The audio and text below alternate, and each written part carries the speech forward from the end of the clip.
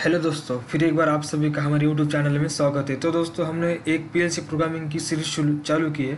तो हमने इसके पहले एलन ब्रैडली की पीएलसी प्रोग्रामिंग देखी। तो उसमें हमने NO NC, holding, latching, T on, T off, timer, up and down counter, compute, math, compare, clear instruction, move instruction और सबरूटीन, ये सब देखा।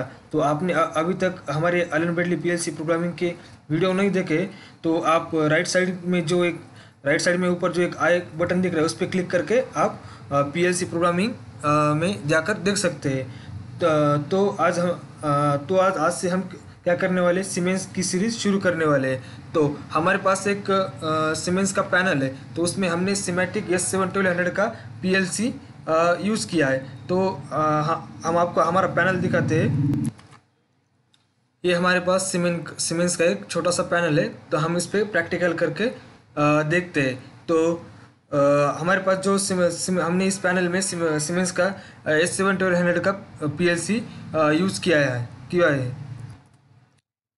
यहाँ पे जो आपको दिख रहा है, ये ऐसा हमारे पास एक सीमेंस का पीएलसी है। यहाँ पे दिख रहा है आपको, यहाँ पे सिमेटिक, ये इसकी सीरीज़ है। और यहाँ पे आपको दिख रहा है कि वो 0, 1, 2, 3, 4, 5, 6, 7 यहाँ पे इसके डिजिटल इनपुट्स है और यहाँ पे इसके डिजिटल आउटपुट है। और यहाँ पे इसका सीपीयू, जो सीपीयू का सीरीज़ रहती है, यहाँ पे वो दिया है। इसकी यहाँ पे सीरीज है सीपीयू 1212C DC रिले। लेकिन हमारे पास जो है वो है, उसका सीपीयू है 1212C DC है।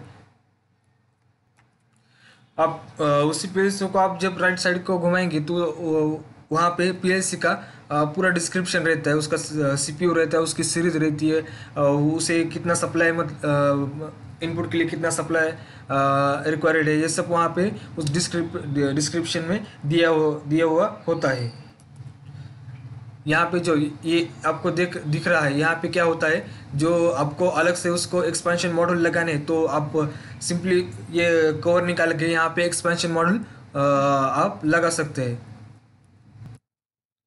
हमारे पास जो सीमेंस का पैनल है, तो उसमें हमने इस S7-1200 सीरीज का पीएलसी यूज़ किया है। और उसका सीपीयू है 1212 DC। तो उसके लिए हमें, मतलब सीमेंस का जो पीएलसी है उसके लिए हमें TI पोर्टल प्रोग्रामिंग का सॉफ्टवेयर रहता है। तो उसमें थोड़ी एलन ब्रैडली से अलग थोड़ी उसकी एड्रेसिंग कंसेप्ट है। तो इनपुट के लिए हम क्या करते हैं, उसको %i0.0 ये एड्रेस हम उसको देते हैं इनपुट के लिए।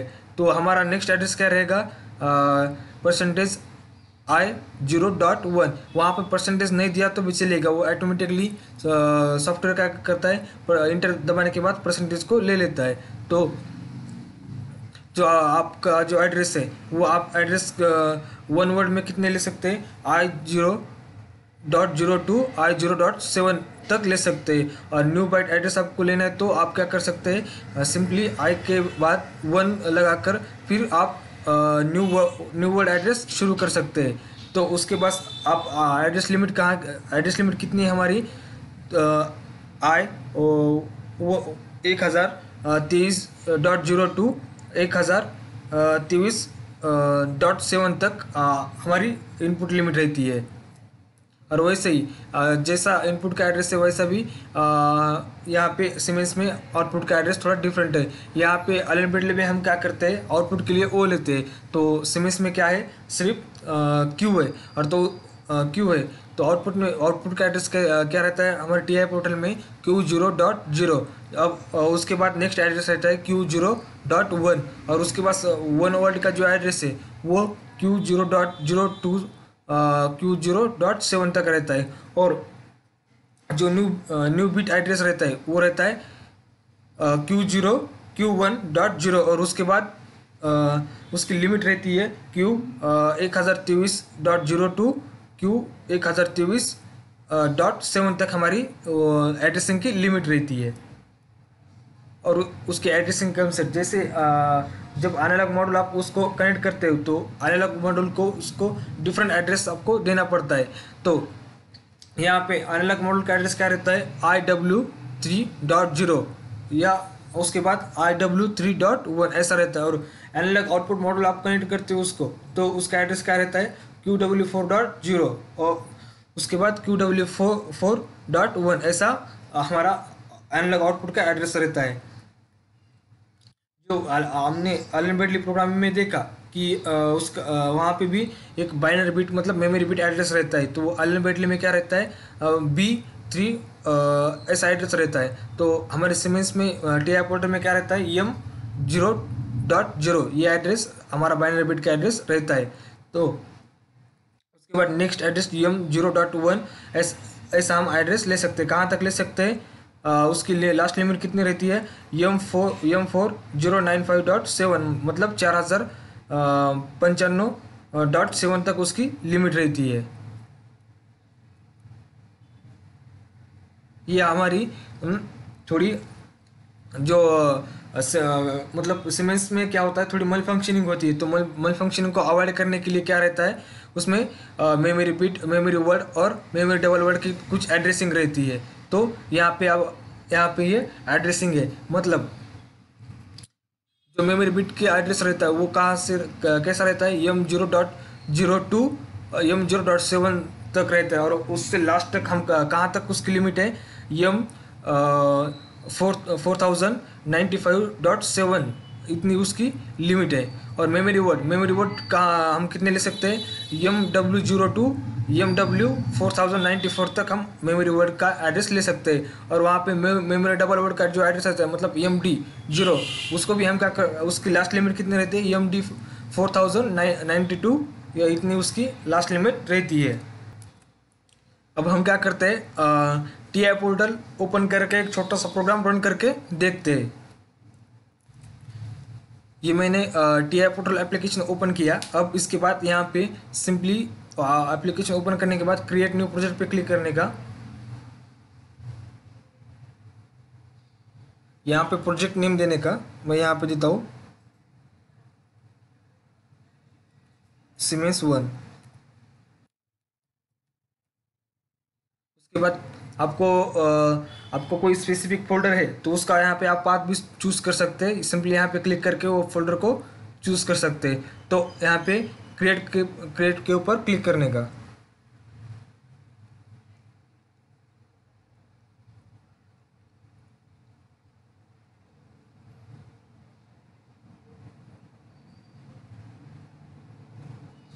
ये ओपन होने के लिए थोड़ा टाइम लेता है।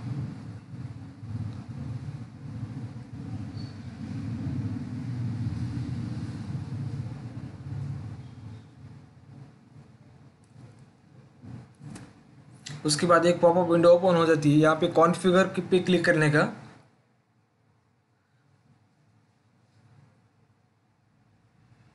कॉन्फ़िगर पे क्लिक करने के बाद और एक विंडो ओपन हो जाती है। वहाँ पे ऐड न्यू डिवाइस पे क्लिक करने का।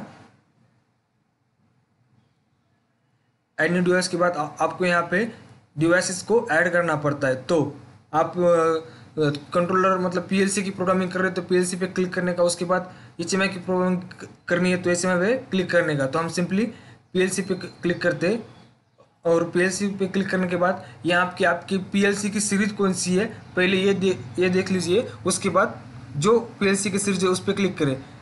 मेरे PLC की सीरीज है वो है सिमेटिक S7-1200। तो मैं इस पर क्लिक करता हूँ। इस पर क्लिक करने के बाद CPU पे क्लिक करने का। CPU के बाद मेरा जो CPU है, मेरा CPU कौन सा है, CPU 1212C DC ये मेरा CPU है। तो मैं इसके ऊपर क्लिक करता हूँ।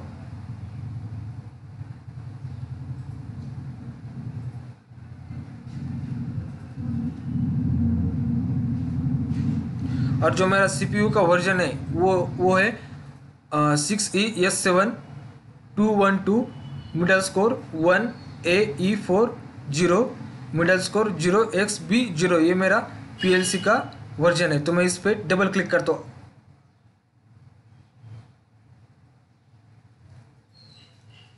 इस पर क्लिक करने के बाद सिंपली यहाँ पे ऐड एक ऑप्शन आता है, उस पर क्लिक करने का, या यहाँ पे डबल क्लिक किए तो भी ये ओपन हो जाता है।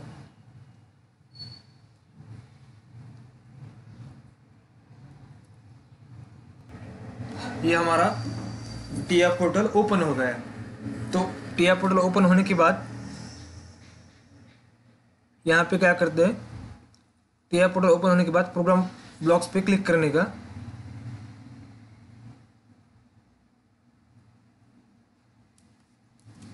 उस पर क्लिक करने के बाद मेन ओबीबी पे 2 बार क्लिक करने का।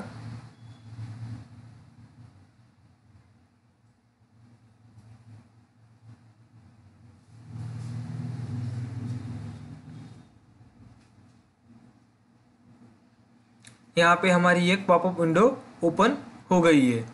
तो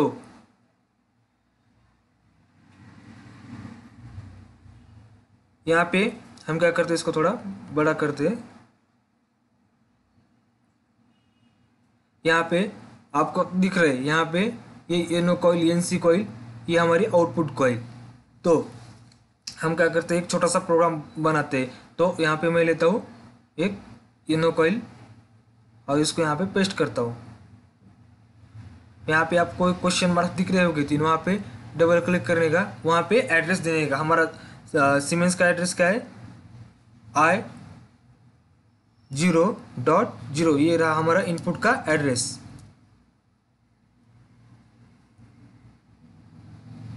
यहाँ पे मैं क्या करता हूँ, एक आउटपुट कॉल लेता हूँ।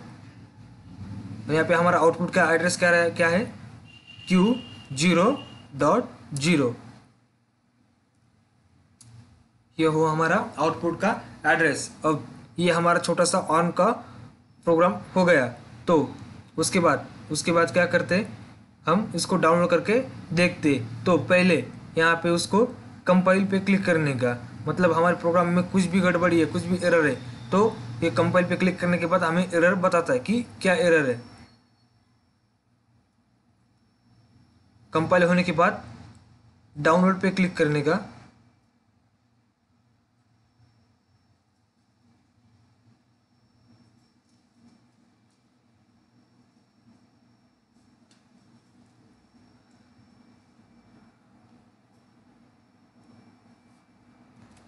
डाउनलोड पे क्लिक करने के बाद एक विंडो ओपन हो जाती है।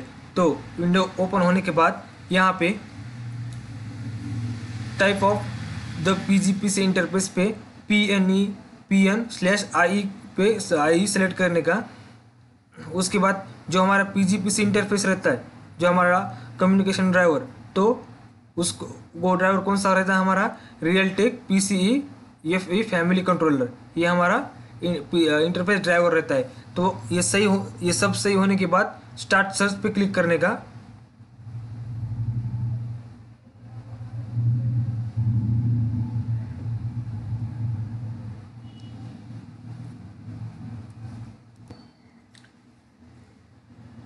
यहाँ पर स्टार्ट सर्च करने के बाद देखिए, जब PLC का और PC का जब कम्युनिकेशन हो जाता है, तो ये PC और PLC के बीच में की जो लाइन है वो पूरी की पूरी क्या हो जाती है, ग्रीन हो जाती है।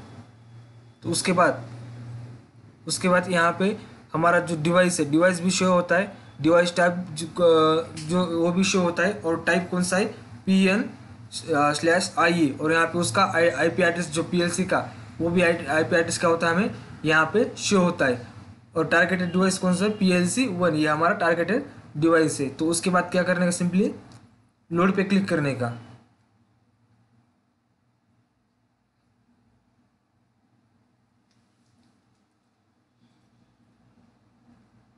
लोड पे क्लिक करने के बाद यहाँ पे और एक पॉपअप विंडो ओपन हो जाती है। तो यहाँ पे क्या करने का, स्टॉप मॉड्यूल के पास नो कनेक्शन पे जाके स्टॉप ऑल मॉड्यूल पे क्लिक करने का, मतलब जो पहले से जो हमारा PLC रन मोड में है, तो उसको क्या करने का, स्टॉप करने का, और फिर उसको एक बार और रन करने का। और ये हमारा प्रोग्राम लोड हो गया उसमें। उसके बाद फिनिश पे क्लिक करने का। फिनिश पे क्लिक करने के बाद यहाँ पे आपको गो ऑनलाइन एक ऑप्शन दिख रहा है, वहां पे क्लिक करने का।